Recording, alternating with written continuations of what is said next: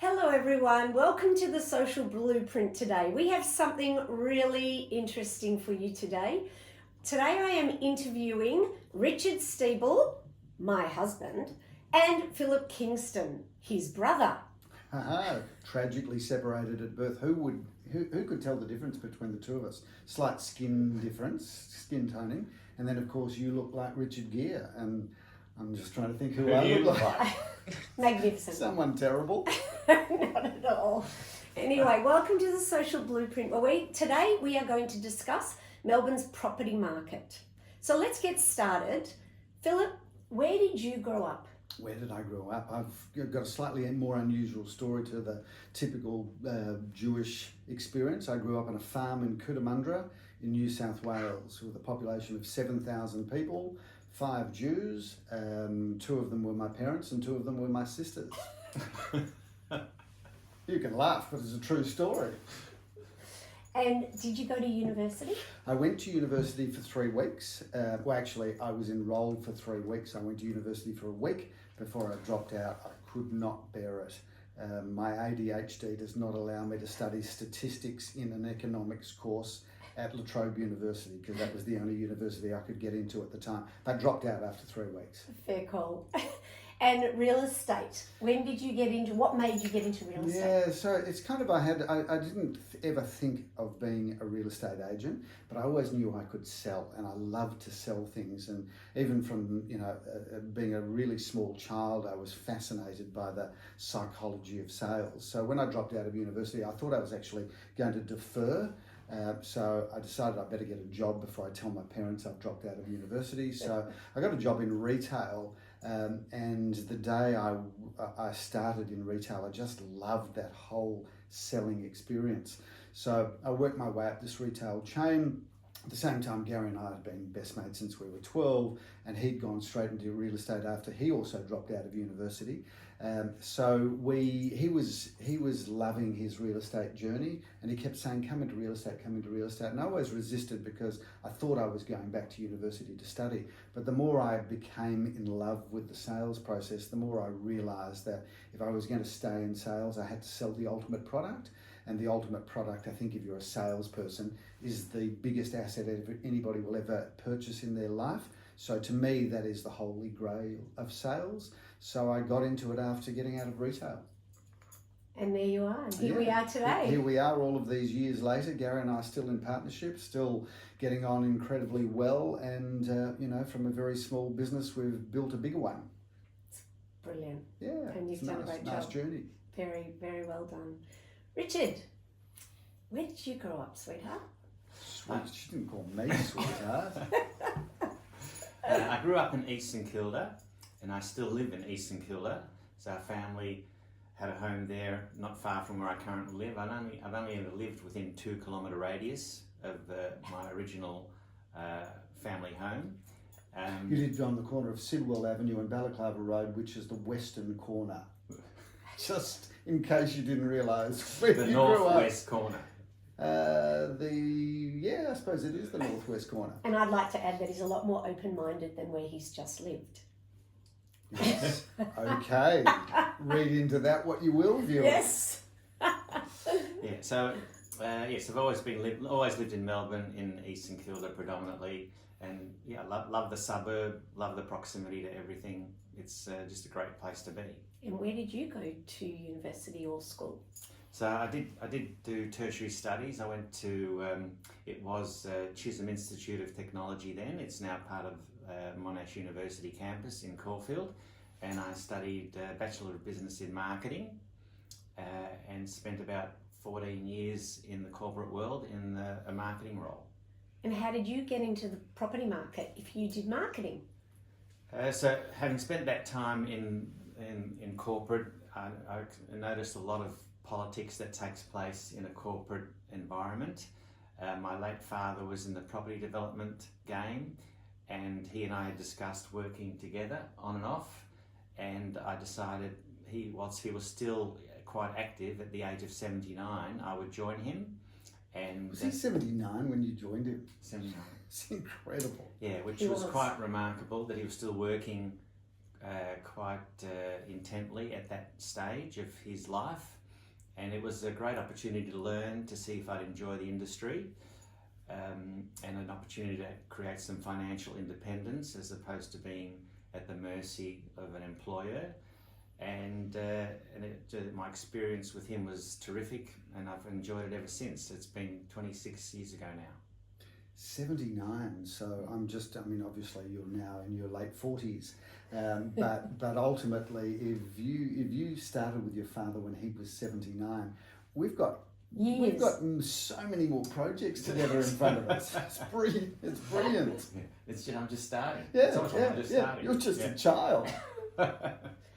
I love how your marketing degree has helped you to consult constantly with Phillip or Gary and talk about what is needed in the area and try and develop that to provide that to the local area. I love how your brain works to do that. Yeah, look, I think it's been an advantage that I have in terms of being aware of utilising resources, speaking to people, doing the research, understanding ultimately what buyers that I'm targeting want out of a home.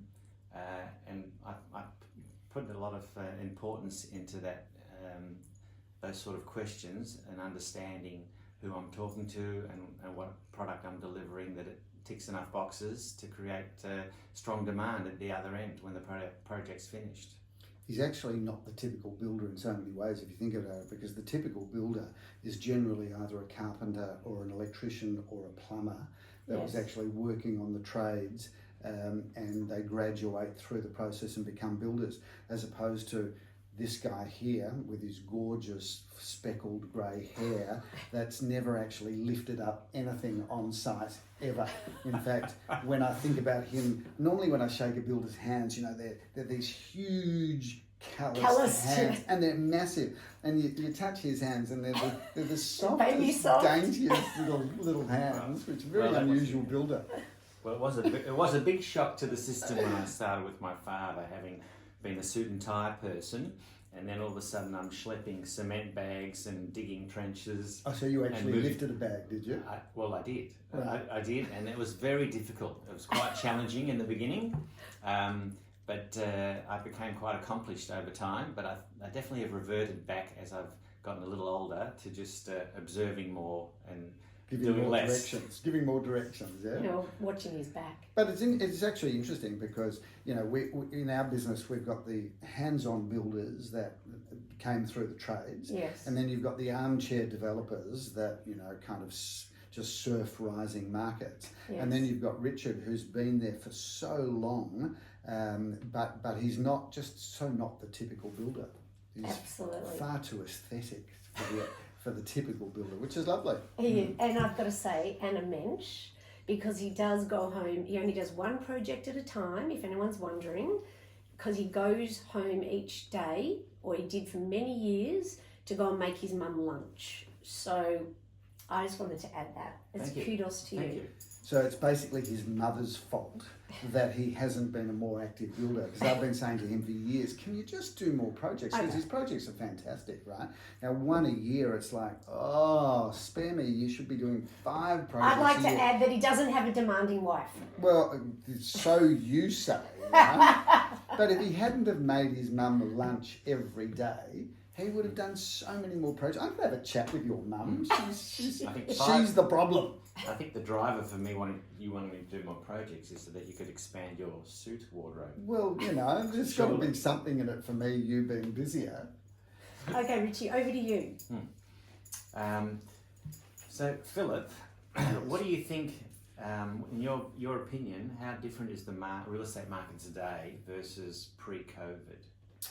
Yeah, it's a good question, because COVID changed the world and in so many different ways. And if you think about it, I think everything we're doing today is different to what we were doing pre-COVID, whether it be work, whether it be entertainment, whether it be just the way we live our lives. But I think the number one thing for us, and we talk about this a lot in our sales meetings, is it's all about speed today. I think the consumer has really come to terms with technology, so the consumer really understands the way to use technology, and they're demanding things much quicker. So I think the number one thing for me would be speed. The consumer has access to information. They've worked out how to use all of the technological tools. They, in many respects, know as much as we do, and sometimes more. So it forces us to be quicker in our responses and forces us to adapt more quickly. So I think that the consumer is far more adaptable, Yes. And definitely more demanding from just a speed point of view. They want to know something, they want to know it now. Yes. In the good old days, pre-COVID, if somebody rang you at 9 o'clock in the morning and you rang them back 3 hours later, that was acceptable. Yes. Now, if a client rings you or a customer rings you, if you haven't rung them back within 60 minutes, Yes. it's almost like they've lost patience with you. So I think, well, I to a degree, I get that, Yes. that the way you looked, which was kind of in despair in many ways. Yes. But it's just about adapting, because Yes. you can resent the consumer for what the consumer wants, or you can just understand that you can never bet against the consumer. So if Yes. the consumer's operating quickly and we're not, Yes. then we're not giving the consumer what they want. But there is no question they're much more demanding. And I say that in a positive way. It's not like I'm saying, the consumer is so demanding. I'm saying the consumer is more demanding, so we have to be better. Yes. So it's faster. That's the number one thing. What a challenge. Yeah. Challenge. And tell me, what have you observed in terms of the profile of buyers and nationality of buyers that have started to become more prevalent in the suburbs that you generally operate? How has that changed over the last sort of 4 or 5 years? The consumer's becoming more mobile. I think that as prices went up so dramatically, the consumer now has to consider many more areas in which to live. And if you think about our business grew out of our Caulfield office, then we opened St Kilda, then we opened Carnegie, Murrumbeena and Bentley, very specifically for the reason that we needed an avenue to be able to take the children, if you like, of many of our owners, and give them somewhere that was affordable. So, St Kilda is a very expensive market, as is the Caulfields around, but Carnegie, Murrumbeena and Bentley has opened up new opportunities. But in terms of demographics, there are two key drivers, I think, in the market at the moment. There's a wonderful banking institution called BOMAD, B-O-M-A-D. It's probably the best bank in the world. Oh. It stands for Bank of Mum and Dad. So, tragically but true, is that if you are in a middle class or a upper middle class suburb, and I'm just talking about socioeconomics, Yes. then you can't buy into these areas without mum and dad helping you. So if you're fortunate enough to have a mother and father that can help you, that's become a major change for us. Yes. 20 years ago, you just didn't see it as much. Now it's almost every second auction. We've got some parents standing there helping the kids bid or buy. So that's been something. And then, of course, we've got the rise of Asia and Southeast Asia. So, if we look to the most populous country in Asia, which is, of course, China, but if we look at Southeast Asia, we've got China and we've got India. And these two countries are going to be the big drivers of home buyers for us moving forward. We've had our waves with Chinese immigrants, and they disappeared really over the last few years as China clamped down on exporting capital. Seems to have opened up now, so we're seeing a lot more Asian faces. And that's not just China, but China is obviously a big catalyst. But we're also seeing the rise of India, and I can tell you, I've just had a really interesting lecture from a demographer that specialises in Southeast Asia, and he was saying that over the next 20 years, our biggest source of immigrants is going to be India. Yes. And as countries compete for immigrants, so we're going to see a huge competition for immigrants around the world as all Western countries look for more population. This demographer was saying India is going to be the biggest exporter of human capital in terms of immigration, and we're already seeing it. We're already seeing it. It's already showing up in our census.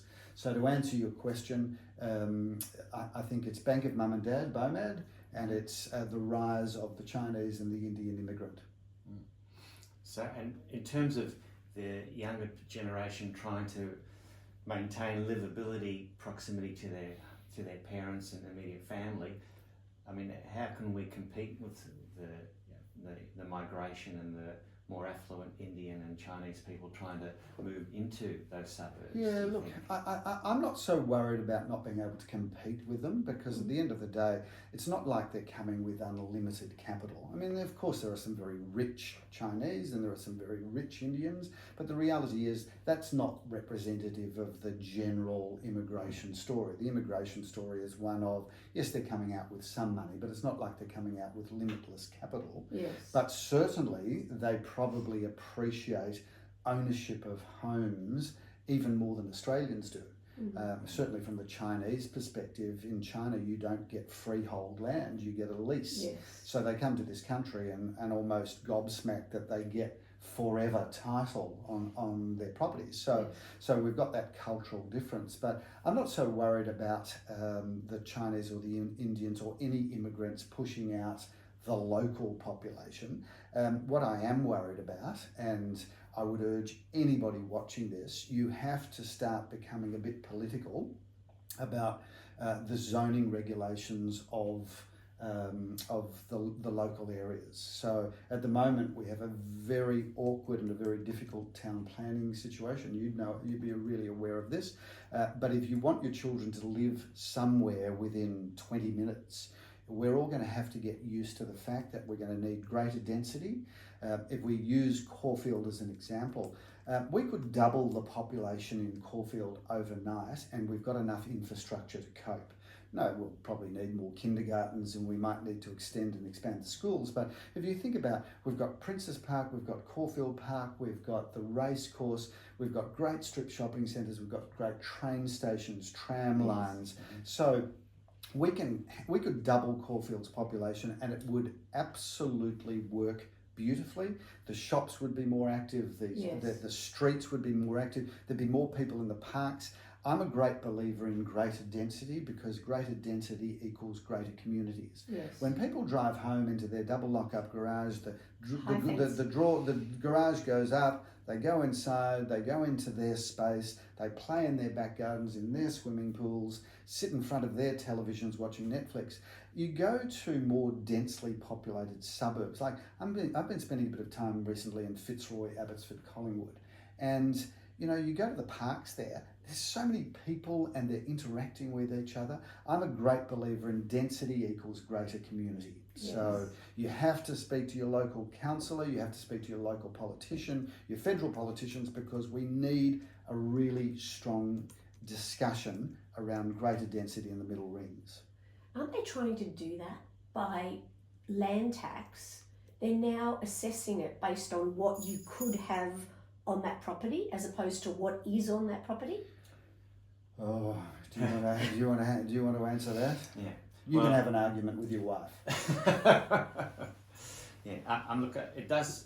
I think there's the impact of land tax, I think, seems to be a lot more severe in the commercial real estate space, where there's precedent set by high-rise apartment buildings in certain streets and certain locations, where the State Revenue Office has assessed all blocks in that particular street or streets with what can be built on that particular site, and it's certainly exploded land tax commitments that a lot of owners have to the point where they're probably having to put their hand in their pocket to try and cover the costs of owning the property. So in terms of high-rise apartments, that's an issue that's occurring in a lot of streets in areas such as Richmond, South Yarra, where there's already a lot of high-rise apartments built. In terms of inner city, like Caulfield, St Kilda, I don't know if it's having such an impact there. Sure, as a real residential investor, the land tax is having an impact as well, but it's not many sites where you can go 4, 5, 6, 10 stories, that's where the land tax effect has really hurt a lot of property investors and property owners. Look, I think land tax is a terrible tax because it's really a tax on those that have worked hard to accumulate an asset. I could talk for hours on this subject, but one of the things that land tax is doing is it's forcing some investors to sell their properties. Yes. Now, the bleeding hearts will say, oh, well, that's a great thing because somebody else can buy that from the investor. But what they fail to recognise is that there's always going to be a percentage of the population that need to rent, and when you take away incentive from private investors to buy property, they're taking properties out of the rental pool. Yes. So, we've got the bleeding hearts will say, oh, no one should own investment properties, it's not fair. Well, that's fine, but not everybody can buy a property because they can't afford it. So where are they going to live?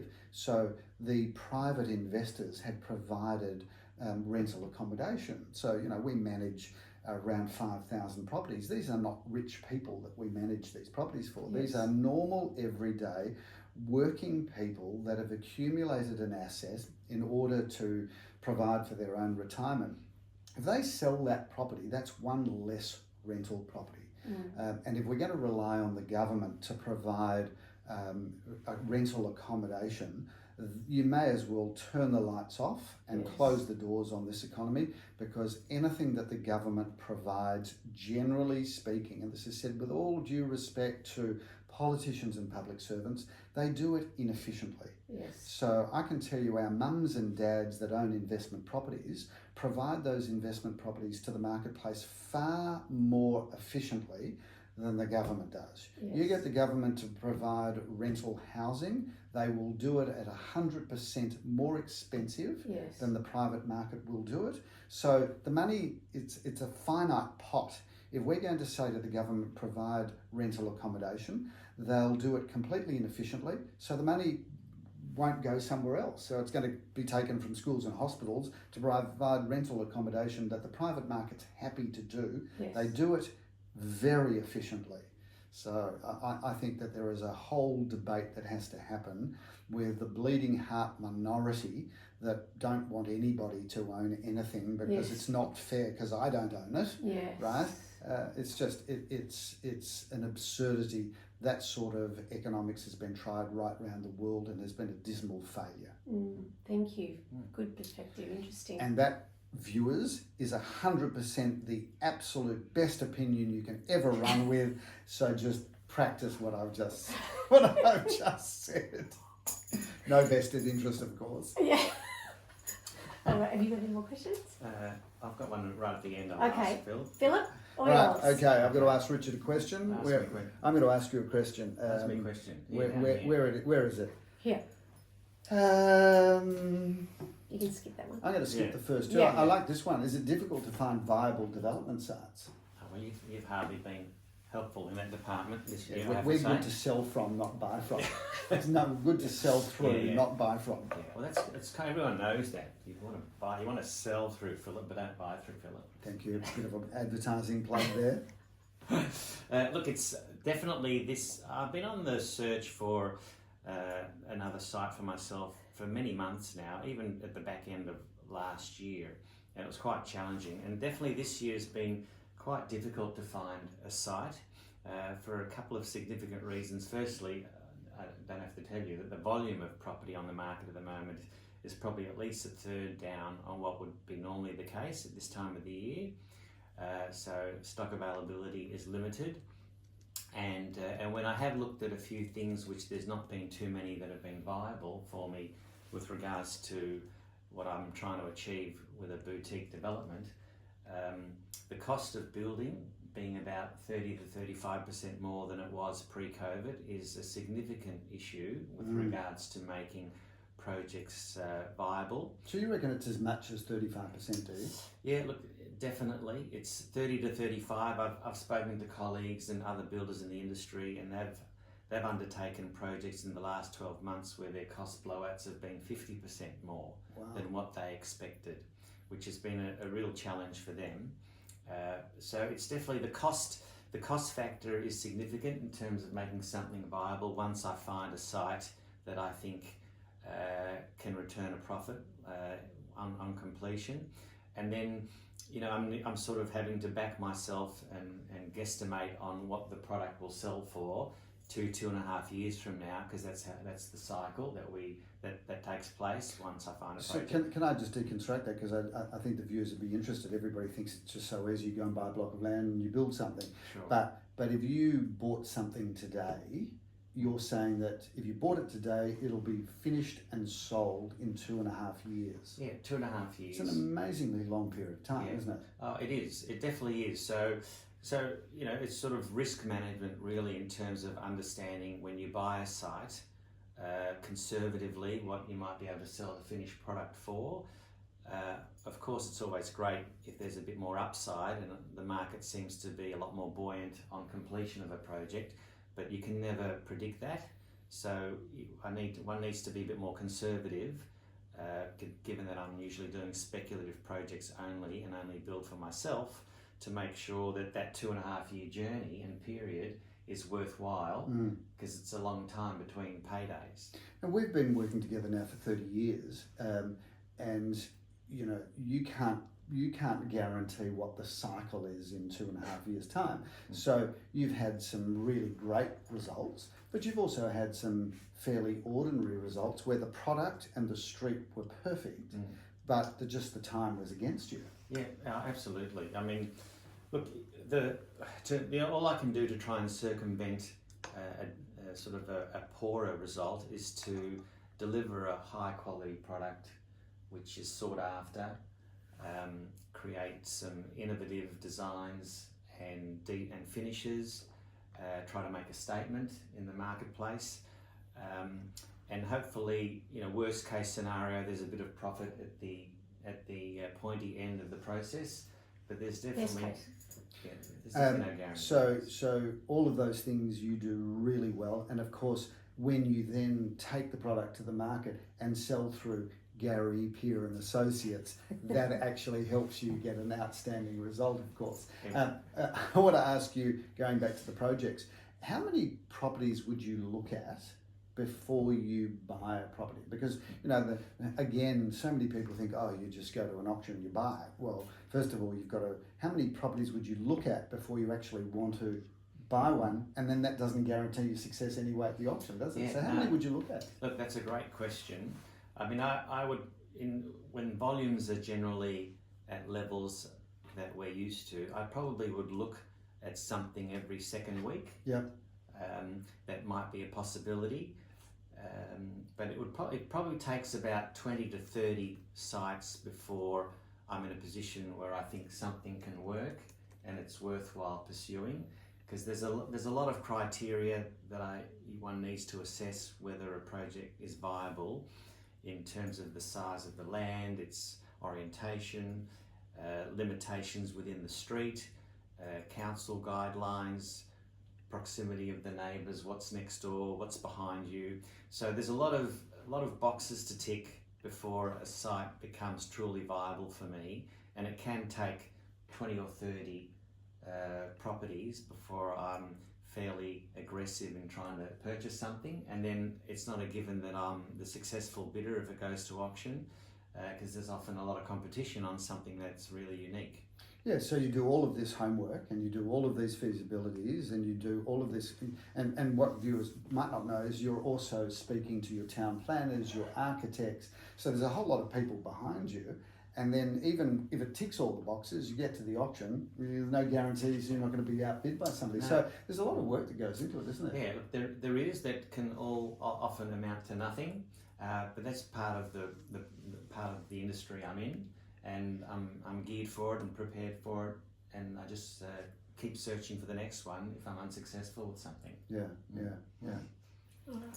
Richard? Yeah. Have you got any more questions? I've got lots of questions. I know. Let's just swap. This is very nice, by the way. What is this? Or are we not allowed to say on camera? It's a Japanese whiskey, Phil.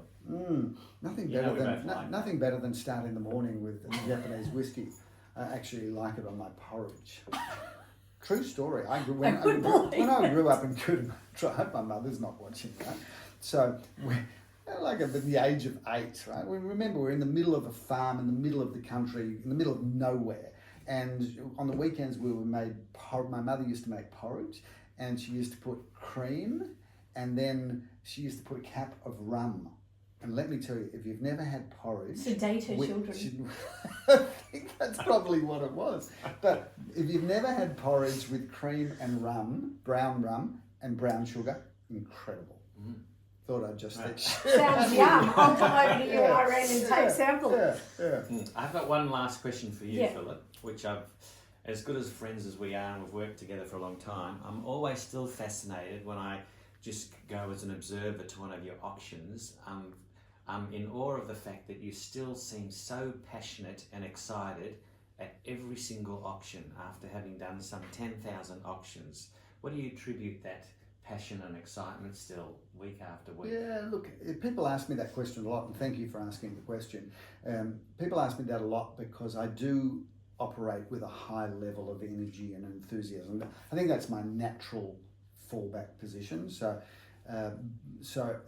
if that's my natural chemistry, I've got an obvious advantage because I'm in the energy and enthusiasm business. But my fundamental core philosophy is whether you're selling a one-bedroom apartment with me or a multi-million-dollar property, whatever the value of the property, it is critically important to that person. So for me, and I'll use the one-bedroom apartment story. Often when I sell a one-bedroom apartment, that's actually probably more critically important to that person than the person that's selling a $5 million house. So really in my early days, I kind of just acknowledged that if this is the most important thing to that person, I'm responsible for a big moment in their life. And if I don't turn it on and bring the best energy and enthusiasm for that person, I've let them down. So that's my core DNA, is that the job that I have, I take incredibly, it's an important thing for the client and it's an important responsibility. So for me, I can have some days where I've got no energy, but I have this little saying that I actually, as I'm driving to the auction, I pull the car over, I stop and park, I pull down the mirror in my sun visor, I adjust my tie, and I say, it's showtime.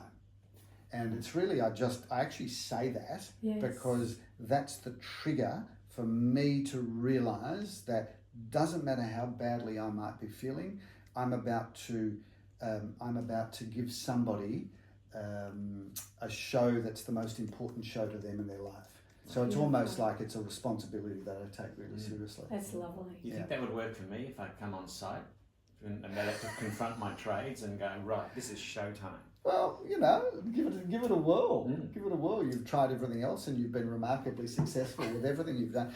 I just want to kind of ask you, we're wrapping up now, one last question for you, because we've had a journey together of 30 years. And I reckon you're one of the more interesting developers around because firstly, you take your time because you wanted to deliver a great product, but ultimately, you've never really wanted to do stuff that you could have made a lot of money from, but was just kind of generic, cheap stuff. You've always kind of focused on delivering better quality.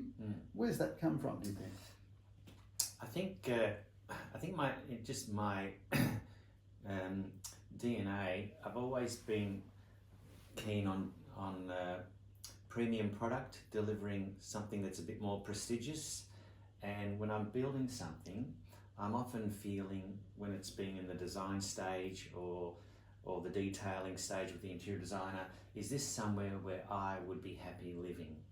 And I think that's been a key driver in terms of delivering the sort of products that I build, as opposed to something more generic.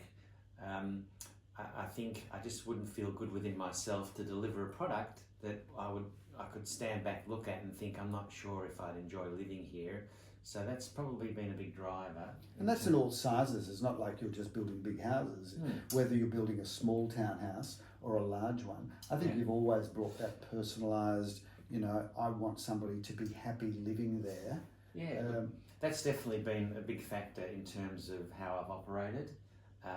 So that I can, and it gives me pleasure driving past projects I've built 10, 15 years ago and see that they haven't really dated too much, and that the people there are enjoying it as their home. And I think I would have done the same and I think that's been critical in terms of where I am today with what I build.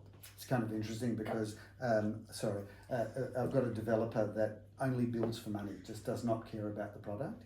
And he says there's so many streets now, because he's been an active developer, but there's so many streets that he can't drive down because he can't bear looking at the product because it's so awful. But you can drive down and past any of your projects and they're still looking great and you can be proud of what's there. Yeah, well, I think you're only as good as your last project, and you spend years and years in an industry trying to build a reputation, and it makes it easy to maintain that by constantly trying to improve on my last project and deliver a unique upmarket product. Excellent. Guys, we need to wrap this up. But thank you so much, both of you, for coming to the Social Blueprint today. So everyone, if you've enjoyed this interview as much as we have enjoyed making it, please share this video and all of the calendar of events and activities available on the socialblueprint.org.au, and we look forward to seeing you again next time. And Michelle, thank you for letting me sit between you and your husband. You saved him.